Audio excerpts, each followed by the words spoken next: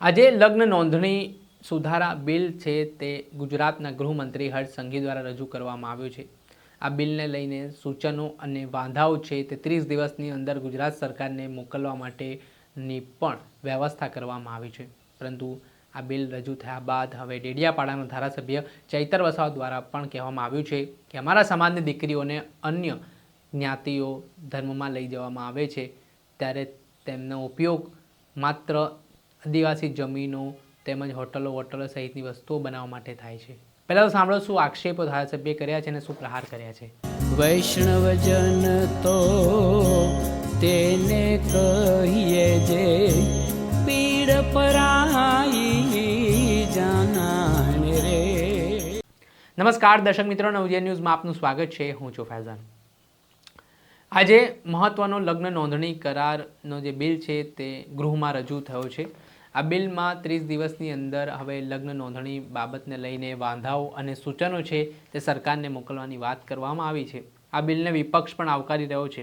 ત્યારે વચ્ચે ધારાસભ્ય ચૈતર વસાવાનું મોટું નિવેદન સામે આવ્યું છે, જેમાં તેમણે કહ્યું કે આદિવાસી સમાજની દીકરીઓને પણ કેટલાક લોકો જાતિના આધારે અલગ અલગ કોમ્યુનિટીમાં લઈ જાય છે। ત્યારે આ બિલના કારણે જે દીકરીઓ આદિવાસી સમાજની છે તેમનો ઉપયોગ જમીનો ખરીદવા તેમજ અલગ અલગ પ્રવૃત્તિ માટે થાય છે। તેના કારણે હવે આ બિલમાં તેઓ જે સુધારો છે તેઓ આગામી દિવસોમાં મૂકવાના છે। સાથે જ તેમણે લગ્ન નોંધણી જે બિલ સુધારા બિલ રજૂ થવાનું છે તે બાબતે શું પ્રતિક્રિયા આપી તેમને સાંભળો। આજે ગુજરાતની વિધાનસભામાં ગુજરાતના નાયબ મુખ્યમંત્રી દ્વારા અગત્યની બાબતોમાં 44ના નિયમ મુજબ લગ્ન નોંધણી કાયદામાં નિયમો લાગુ કરવા માટે સુધારો રજૂ કરવામાં આવ્યો છે।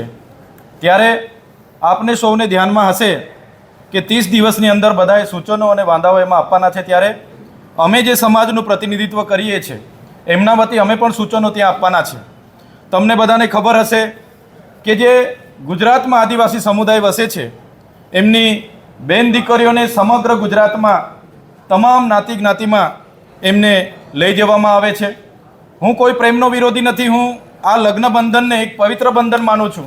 હું કોઈ જ્ઞાતિ જ્ઞાતિનો વિરોધી નથી, હું બધા સાથે બધાને સન્માન કરું છું। પણ જે પ્રકારે હજારો દીકરીઓ દર વર્ષે બીજા કોમ્યુનિટીમાં લઈ જવામાં આવે છે, એ દીકરીઓ એમની મજબૂરીનો પણ લાભ ઉઠાવવામાં આવે છે, એમની ગરીબીનો પણ લાભ ઉઠાવવામાં આવે છે અને ત્યાં લઈ ગયા પછી એમનો ઉપયોગ જે આદિવાસીઓને મળેલી અનામત રિઝર્વ બેઠકો પર ચૂંટણીઓ લડાવવા માટે કરવામાં આવે છે, એમનો ઉપયોગ 73 ડબલ એની જમીનો લેવા માટે કરવામાં આવે છે, એમનો ઉપયોગ હોટલો મોટલો પેટ્રોલ પંપો જે એસટીના નામે જાહેરાતો થાય છે એમાં પણ કરવામાં આવે છે, ખોટા જાતિના પ્રમાણપત્ર મેળવવામાં પણ કરવામાં આવે છે। ત્યારે આદિવાસી વિસ્તારોમાંથી જો દીકરીઓને લઈ જવામાં આવે તો બીજા કોમ્યુનિટીમાંથી પણ આદિવાસી યુવાનોને દીકરીઓ લગ્ન માટે સહમતિ મળે એનો સુધારો અમે મૂકવાના છે। કેમ કે આદિવાસી દીકરીઓને તો બધા જ કોમ્યુનિટીના લોકો લઈ જાય છે, જ્યારે આદિવાસી દીકરો કોઈ બીજી કોમ્યુનિટીના દીકરીને લઈ આવે છે તો દુનિયા કરીને એ દીકરીને ફરી લઈ જવામાં આવે છે અને આદિવાસી દીકરા સાથે પરણવામાં નથી આવતી, જેના કારણે આજે આદિવાસી વિસ્તારોમાં પુરુષ અને સ્ત્રીના રેશિયામાં ખૂબ ઘટાડો છે। અમારા યુવાનો લગ્ન વગરના આજે ફરે છે। ત્યારે આમાં અમે સુધારો આપવાના છે। જે લવ જેહાદની વાત માનનીય નાયબ મુખ્યમંત્રીશ્રીએ કરી છે એ જ પ્રકારે આદિવાસી દીકરીઓને બીજી કોમ્યુનિટીમાં લઈ જવામાં આવે છે, એમની મજબૂરીનો ફાયદો ઉઠાવવામાં આવે છે, ગરીબીનો ફાયદો ઉઠાવવામાં આવે છે, એ પણ અટકાવવામાં આવે એવી અમે આ નિયમોમાં સુધારામાં માંગ કરવાના છે।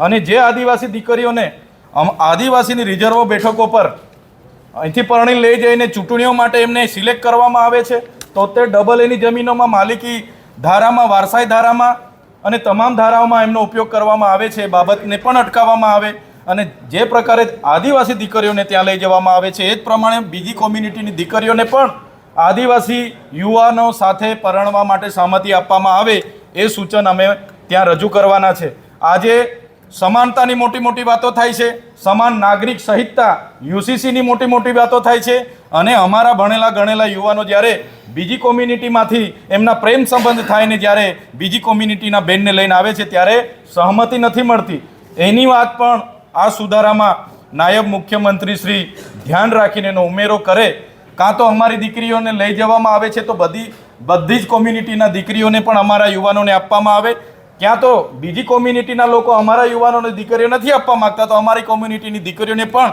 બીજી કોમ્યુનિટીમાં લઈ જવામાં ન આવે, એ સુધારો પણ અમે આ નિયમોમાં મૂકવાના છે. ધન્યવાદ. આપણે સાંભળતા ડેડિયાપાડાના ધારાસભ્ય ચૈતર વસાવાને તેમણે કહ્યું કે આજે ગરીબીના અભાવે કે કોઈ અન્ય કારણોસર આજે આદિવાસી સમાજની દીકરીઓને પણ અન્ય જ્ઞાતિમાં હોળાવી ફોસલાવી લાલચ આપીને લઈ જવામાં આવે છે અને પછી તેમને ખોટી રીતે ઉપયોગ થાય છે, જેના કારણે તેમણે આ બાબતો રોકવામાં આવે તેવી માંગ આ ગૃહમાંથી કરી છે. દર્શક મિત્ર, આવા જ નવા વિડીયો સાથે આપણે માહિતગાર કરતા રહીશું, એટલે નવજીવન ન્યૂઝ જોતા રહો.